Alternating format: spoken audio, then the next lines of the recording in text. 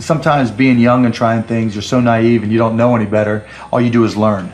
And if you fail, it doesn't matter. And so whether I was 9, 10, 12, 16, 21, the failures were irrelevant. And whether you're 9, 12, 16, 21, 22, 24, I'm sleeping on the couch. I have a car with a hole in the floorboard.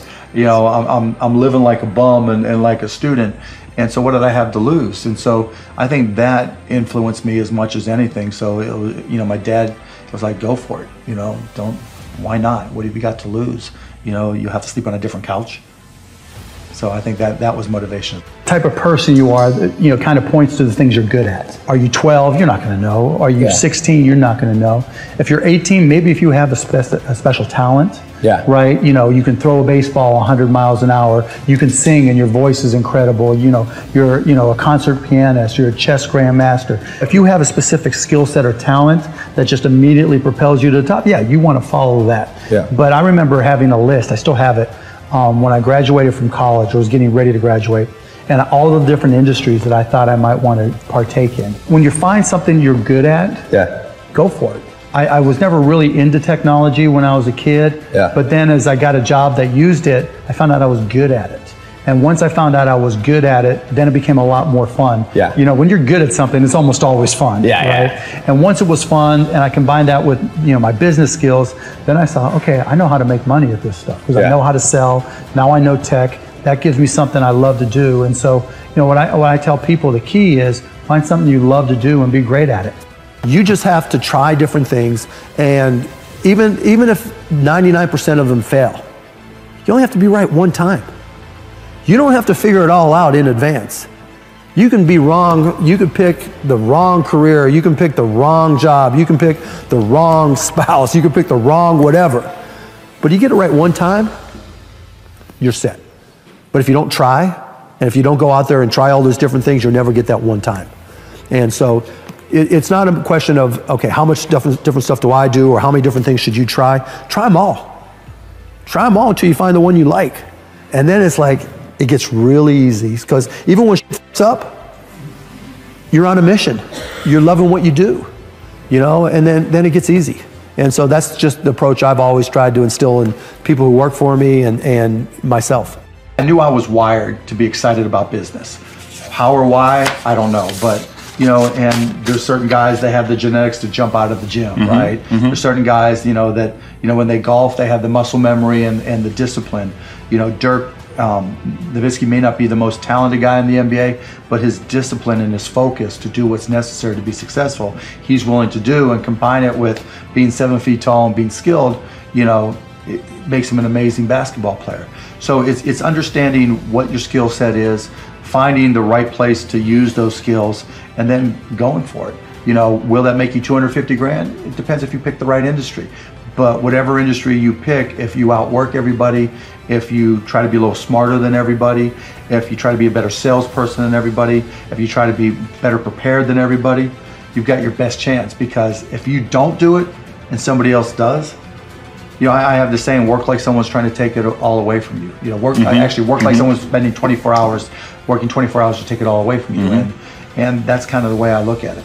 I remember asking my dad to, I wanted new basketball shoes because I was a basketball junkie back then. He's like, well, your shoes work. If you want a new pair of tennis shoes, you have to go out there and get a job. And I'm like, Dad, I'm 12 years old, and it just so happens he was playing poker with his buddies, and one of his buddies was like, well, I got a job for you. I've got these garbage bags that we distribute. You can sell them door to door.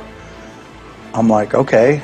And it was when I was selling them and realizing that I liked to sell and that I could sell, and that I recognized that selling was about providing a service and creating value for people, that I knew that I would literally back then, I knew that I could always succeed. I remember I was 16, I think, when I started a stamp company and started going to stamp shows and trade shows and just working a little bit harder than other people and trading up from one stamp to the next. I remember one time I started with a quarter and bought a stamp and left with $50, thinking, hey, if I could do this, I could do anything. And it's not that everything worked. I failed a lot, but I never ever felt like I wouldn't be able to work hard enough to succeed.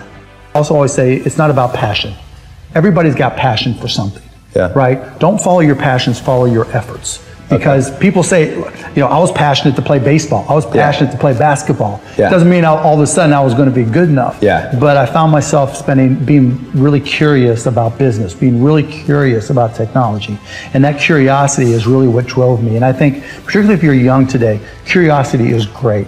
Always learning and trying to find new things and being curious about new things, because that's what leads you to that path. Trying to figure out in advance, that's hard because you don't know what you don't know. Be prepared.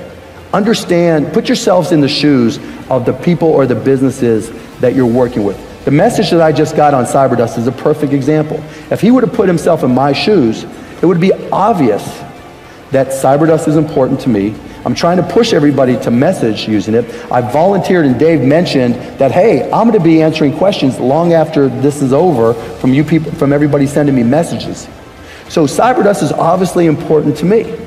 And so if you're able to do something that reflects something that's important to me, or whoever it is that you're working or trying to get a job with, or trying to get an internship with, or trying to get an investment from, if you can put yourself in their shoes and put yourself in context of what's important to them, your chances of being successful increase 99%, 1,000-fold, right? And one other point I'll leave with you, right? If you're working for somebody, the best way to be successful is by reducing the stress of those around you. It's not about you. I mean, it's always about me, but that's a different point. But it's not about you. It's about the people around you. If you're reducing the stress of the people around you, those people start to gravitate towards you. They want to work with you because you make going to work easier, more pleasant. You help them accomplish their goals. You help put them in a position to succeed by reducing their stress. You know, Shark Tank, I do the show not because they're great investments, but I do the show because it sends the message to kids 8 to 80 that the American dream is alive and well. You know, you can watch the show and come to realize that somebody out of Iowa or, you know, the middle of nowhere in Texas can start a company and, you know, turn it into something special.